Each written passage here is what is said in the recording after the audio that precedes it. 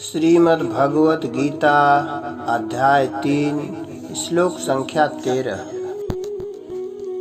यज्ञशिष्टाशिनः सन्तो मुच्यन्ते सर्वकिल्बिषैः भुञ्जते ते तुघं पापा ये पचन्त्यात्मकारणात्। अर्थात यज्ञ से बचे हुए अन्न को खाने वाले श्रेष्ठ पुरुष सब पापों से मुक्त हो जाते हैं, और जो पापी लोग अपना शरीर पोषण करने के लिए ही अन्न पकाते हैं वे तो पाप को ही खाते हैं।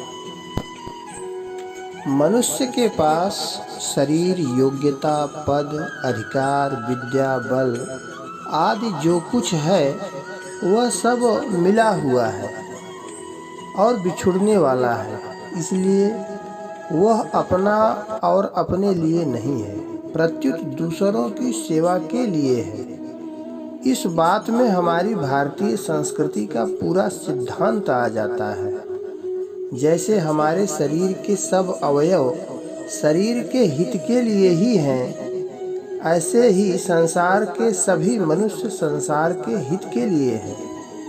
कोई मनुष्य किसी भी देश, वेश, वर्ण, आश्रम आदि का क्यों न हो, अपने कर्मों के द्वारा दूसरों की सेवा करके सुगमता पूर्वक अपना कल्याण कर सकता है।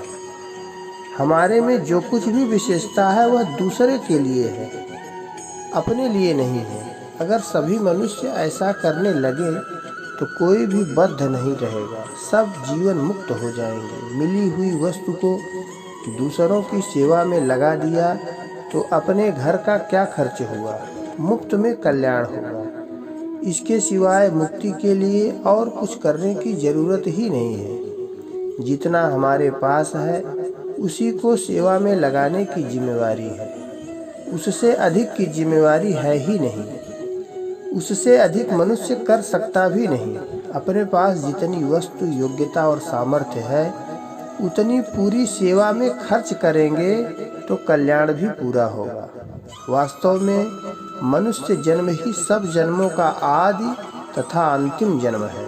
यदि मनुष्य परमात्मा प्राप्ति कर ले तो अंतिम जन्म भी यही है, और परमात्मा प्राप्ति न करे तो अनंत जन्मों का आदि जन्म भी यही है। वास्तव में शरीर से संसार का ही काम होता है, अपना काम होता ही नहीं, क्योंकि शरीर हमारे लिए है ही नहीं। कुछ न कुछ काम करने के लिए शरीर की ज़रूरत होती है। अगर कुछ भी न करें तो शरीर की क्या ज़रूरत। इसलिए शरीर के द्वारा अपने लिए कुछ करना ही दोष है। मिली हुई वस्तु के द्वारा हम अपने लिए कुछ नहीं कर सकते, प्रत्युत उसके द्वारा संसार की सेवा कर सकते हैं। शरीर संसार का अंश है, अतः इससे जो कुछ होगा संसार के लिए ही होगा। संसार से आगे शरीर, इंद्रिया, मन, बुद्धि जा सकते ही नहीं, इनको संसार से अलग कर सकते ही नहीं।